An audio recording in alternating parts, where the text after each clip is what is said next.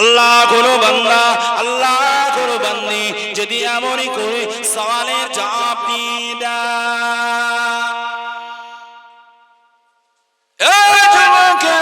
ছেলেরা বাচ্চারা নৌসওয়ারিরা সোনামানিরা, আল্লাহ পাকের কোনো বান্দা বান্দি যদি তিনটে সওয়ালের জবাব নিয়ে দেয়, তাহলে আমার আপনার কি করা হবে?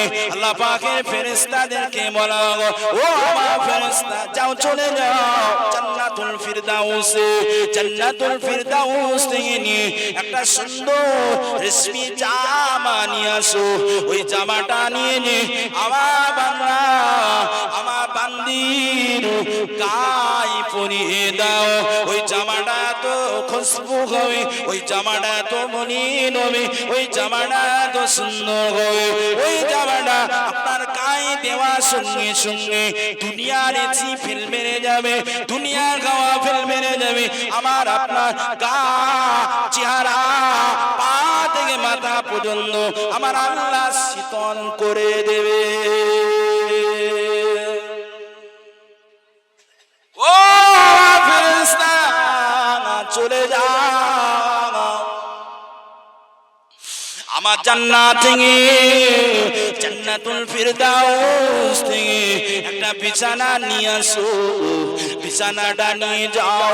আমার ওই বান্দা তাহাজ্জুদের নামাজ পড়েছিল, পৌষ মাসের সময় ফজরের নামাজ পড়েছিল, পৌষ মাসের সময় ঈশার নামাজ পড়েছিল, কনকনে ঠান্ডা শীত উপেক্ষা করে আমি আল্লাহ আমাকে খুশি করেছে, রাজি করেছে, সন্তুষ্ট করেছে। ও ফেরেশতা, দেরি করো না, জান্নাত থেকে একটা বিছানা নিয়ে যাও। ওই বিছানাটা যে আমার বান্দা বান্দির কবরে বিছিয়ে দাও। ওই বিছানাটা এত মলিন, এত সুন্দর হবে, এত আরামদায়ক হবে। ওই বিছানায় যদি আল্লাহ পৃথিবীর কোন মানুষকে রাখে, সঙ্গে সঙ্গে অফুরন্ত রহমতের বিছানায় আরামের ঘুম এসে যাবে। তেমন বিছানা আমার আপনার কবরে বিছিয়ে দেব। ওই বিছানায় শুয়ে মরবেন, জামাটা গায়ে থাকবে। আল্লাহ পাকের ফেরেশতাদেরকে বলবে, ফেরেশতারা চলে যাও, জান্নাতুল ফিরদাউস থেকে নিয়ে সুড়ঙ্গ রাস্তা করে দাও। আমার ওই বান্দা মেহরানি শুয়ে আছে, আমার ওই বান্দা অমুক জায়গায় শুয়ে আছে, ওখানে জান্নাত থেকে সুড়ঙ্গ রাস্তা প্রবাহিত করে দাও। জান্নাতের খুশবু, জান্নাতের আলো, জান্নাতের হাওয়া আপনার আমার কবরে যাবে গো সোনা, আরামের ঘুম। আল্লাহর ফেরেশতারা বলবে, ঘুমাও ঘুমাও ঘুমাও, একে ঘুমে কিয়ামতের দিন আমার আপনার আল্লাহ তুলবে। জোরে হবে না সুবহানাল্লাহ? একবার তাকবীর হোক, নারায়ে তাকবীর।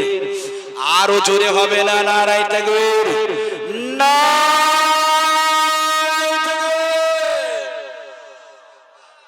আহারে, দুনিয়া জমিনে কবরে যেটা যেটা হবে সেই ওয়াজ, সেই ওয়াজ এখন মানলে মানলেন, না মানলে না মানলেন, যার হিসাব তার দিতে হবে না ইমাম সাহেবরা আপনার কবরে হিসাব দিতে যাবে কি?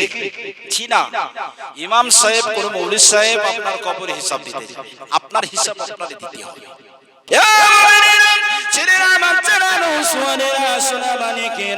আজকের এই উদাহরণকে কেন্দ্র করে আপনাদেরকে বলছি, ওই কবরটা কিন্তু এমন একটা জঙ্গল, ওই কবরটায় কিন্তু ছাপ আছে, বিভিন্ন বড় বড় বড় বড় বড় বড় হিংস্র জন্তুর আছে।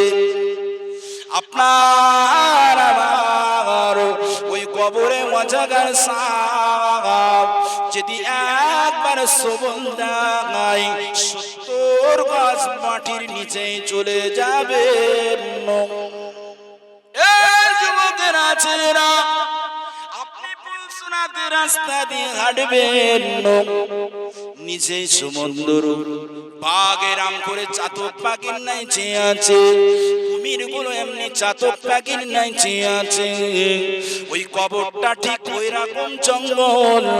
ওই জঙ্গলটা যদি এই দুনিয়া জমিনতে পরিষ্কার করে না যাও, তাহলে অবশ্যই অবশ্যই ওই কবরে তুমি আমি ভালো থাকতে পারবো না।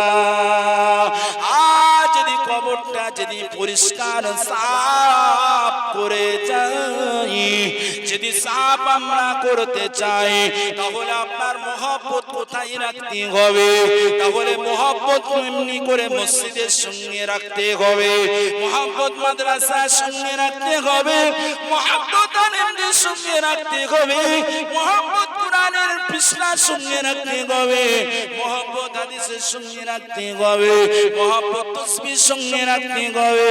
এমনি অবস্থাতে যদি আমি আপনি চলি ও সোনার ভাইরা বাবাজিরা, তাহলে আমার আপনার কবর নূর আলা নূর হবে না।